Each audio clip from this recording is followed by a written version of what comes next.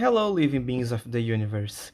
Uh, yeah, it's been a month and a couple days or maybe weeks. I don't actually remember since the last time I posted something. But okay, I did had some videos that I planned. All of them went completely downhill, and some of them I'm still working on them, and others I'm like thinking about putting on Patreon, like a behind the scenes. I'm still juggling what to do with them. But I decided to make something a little different here because I had this video on the drawer for my firstly to my other gaming channel in Portuguese, so I never even started this video. So I decided to like ramble a little here about the PS Vita and something like that for like 15 minutes or something like that to develop some ideas and try to chat with you all because we might get something nice here. So yeah, it's a PS Vita. Okay, being less ridiculous.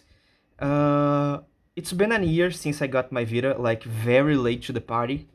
I am a 3DS person, DS person, a Game Boy Advance person. Though I did love the PSP, and I have both a PSP 1000 and a PSP N1000. If you know the model numbers, you know why I have the N1000 and what is the N1000. But yeah, going back to the focus, if this video has any focus at all. um, yeah, it's a little over a year since I got a PS Vita. And as you can see, I've been playing a lot of games. Like, this row alone defines the PS Vita. This second also defines a little. This one is very specific to the Vita. But yeah, the Vita was murdered by Sony. Didn't have the chance it deserved. And I started to think a lot about what the Vita tried to be. What I wanna try to do with it. Because yeah, there's a thing about my specific Vita that a lot of people will be puzzled about. But my Vita isn't modded. Yeah, I am the kind of person who you would think that has every single console modded, but no. Actually, I have a couple of consoles that I'm completely hesitant to mod. For example, not starting with the Vita, but my Xbox 360. I had so many of them, and none of them ever got near to a programmer to have an RGH or a JTAG mod, or even a light touch mod on the DVD drive. My PlayStation 2, I actually removed the mod chip from it. But I have something else for the PlayStation 2. And my PlayStation 3 too. It's not here, it's at my father's house. But even my PlayStation 3 isn't modded, though I actually modded two PlayStation 3s for friends. And one of my PlayStation 3s actually came modded and I removed the mod. Much like I did with the Vita. My fat PlayStation 3 that is dead had Rebug installed, and this Vita had Henkaku. I actually moved them both to stock. And why? Well, there's a part of me that's like to enjoy the games for what they have to offer. For example, achievements. And I like to have achievements on my account. And you might say, yeah, build an account for a burnout account so you can have achievements. And if something happens, it happens. You don't lost anything. But for some people who know me, I already have too many email accounts. For example, on the 360, I have 3 accounts. One from Brazil, one that I oscillate between Europe and the United States, and one from Argentina. If you know Xbox Live Arcade, you know why I have one signed to Argentina. But okay, that's not the point. But yeah, you might be think, yeah, you might want to play with using a stealth server or anything like that. Yeah, but that costs money. Though people say Proto is a good option. If you understand what I'm going with this, is like that's the reason why I didn't mod this Vita and why I removed the mod from my PlayStation 3. I like to collect trophies. Like you can see here, I have a couple. Yeah, especially here, Sackboy, Jetpack Joyride, Fat Princess, a lot of free games. And yeah, looking at this, you might understand the way I will take this video. Since I will just ramble about it, yeah, you can see I have like slide completed, Project Diva, I have the date sync part where I have to finish. On Diva X I have a lot of stuff to get yet, like the modules and everything like that. That's beside the point. The point is, I didn't mod the Vita, but after playing like this last month and think about, especially this last row here with Run Sackboy, Fat Princess Piece of Cake, and Break Quest. Forgot the rest of the name of the game. It's ridiculous, the name of this game. It's funny, but like first student prototype game. It's fun, but it has a lot of a flash vibe or prototype schoolwork vibe on it. But okay. I was playing, especially a lot of Sackboy on my Vita, and I was thinking about modding it for a reason. If you saw everything that Vita went through, you know that Sony told a lot that mobile would kill the portable gaming market. You would know that they didn't give enough support to the Vita. You know that they were wrong because Nintendo proved twice they were wrong with the 3DS and the Switch. So yeah, the Vita was disregarded by Sony, let's say. Let's put it like that. And especially now, like using a lot, I was like getting a little confused with the Vita this last week, especially because I was using my phones, both my old iPhone and my Galaxy S10 to play Pokemon Go using Power with myself and everything like that. And one thing that happens, let me show you really quickly. If you have a PlayStation Vita app open, you go back to the menu and you open another application, you can have some applications open, some you can't have. For example, you can't open trophies if you are using Project Diva because it disables the Wi-Fi and he enables when it needs. Because it's not only through PSN that it connects, it has a specific Sega network, much like on the Switch. Like you might not have some things connected, but it will get crazy if you have airplane mode and you try to sign up to the online charts, for example. But you can do that. You can do multitasking much like on any Android or iOS device. And if you consider that this was released in 2011 and Sony argued a lot that the mobile would kill the Vita market, and if you use an Android phone specifically, you might have tried to do this, like pull down at least. On iOS you would pull up, like you can do this, but you can pull up for the control center on the iOS. And I did this many times, and this got me thinking, why did the Vita throw away the best opportunity of being the greatest handheld of all time? Like before the Nvidia Shield, like the Vita could have clashed right in the middle with the 3DS, especially because it had a touchscreen, a back touchpad, dual analog sticks, while 3DS had a circle pad that, yeah, it is an analog input, but it's not like nice like a real analog stick. I think the Vita are Hall sensing joysticks, if I recall correctly, and I think you can use these on Joy-Cons. Like they are a little smaller, but you can use them on Joy-Cons, if I recall correctly. There is a mod to use them on Joy-Cons, like, and it's nice. It's really nice. I like the Vita joysticks. They just aren't clickable. So yeah, you have these to consider if you wanna do a mod on the Joy-Con. But yeah, you think like, yeah, there's nothing. But if you press and hold, you have options like disable microphone, prioritize party audio, like you can have voice chat on some games. You have like the volume for music, you have the screen brightness.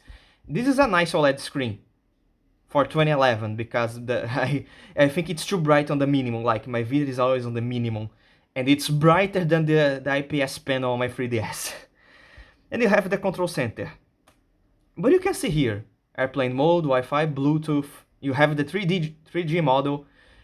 And I think this was a lost opportunity for Sony because, yeah, you have these freemium games. 3DS had some of those, like Badge Arcade and everything like that.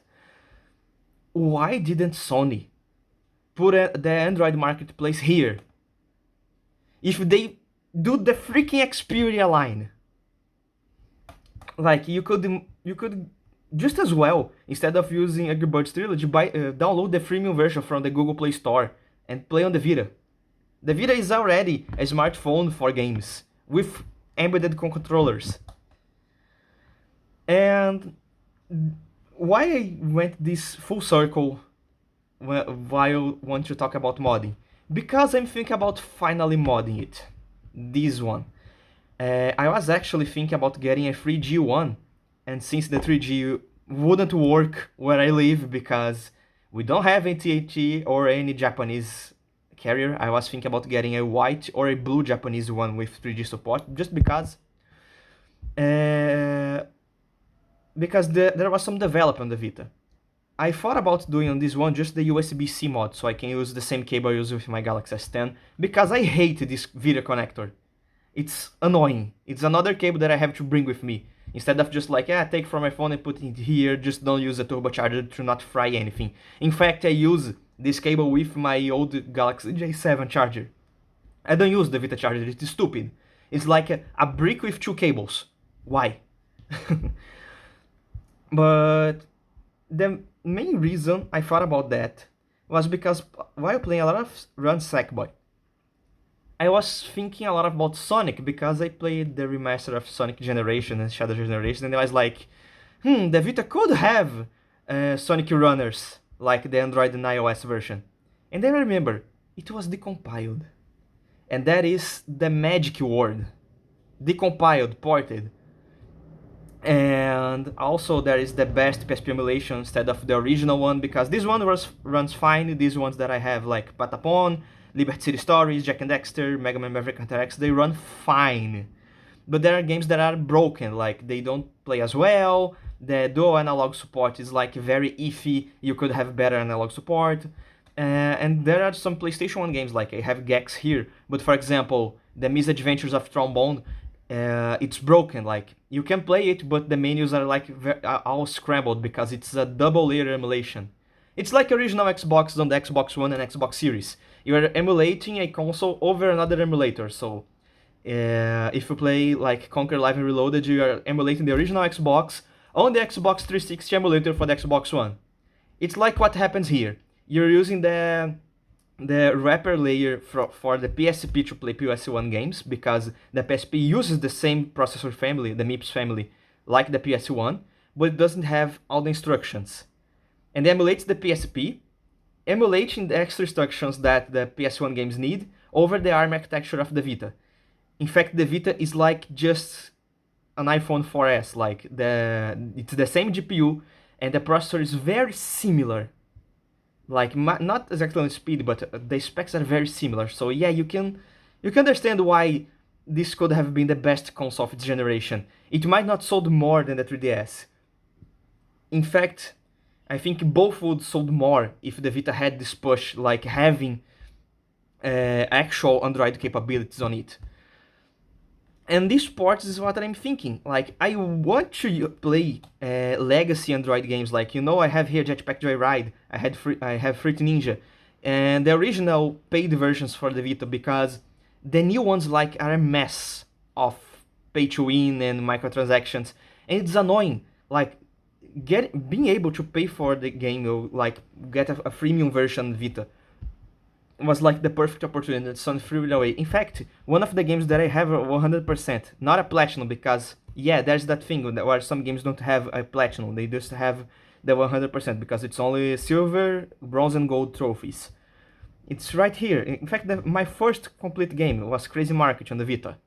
It's like a freemium game. I actually bought, like, it was like 5 reais, the Infinity Energy. Like, you just keep playing the levels instead of waiting for the cooldown, much like I have to do with Fat Prince's Piece of Cake, because it's completely broken, this game.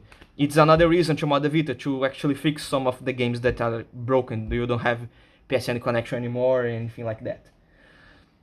And I thought about that, but then I remember about another thing. Yeah, I can play like Sonic Runners here, probably. You have the GTA San Andreas Android wrapper to play here. You have a Bud Android wrapper to play here. But the Vita has much more power than just a phone. And you have Zash 3D, which is the open source part of Gold Source, so you can play Half-Life and Counter-Strike on the Dreamcast, on the PS Vita, on the 3DS, or of all things. You have the Super Mario 64, the compilation, you have the mobile Sonic, the compilation, you have Sonic Angel Island Revisited, which was built from the ground up. So you have a lot of things to have here. I might actually wait a little and finish at least this first row, Rayman Origins and Sly Cooper Thieves in Time, to get the trophies and don't risk get my account banned. Like, I don't have many things like on my Xbox 360. But there's another thing that this can run.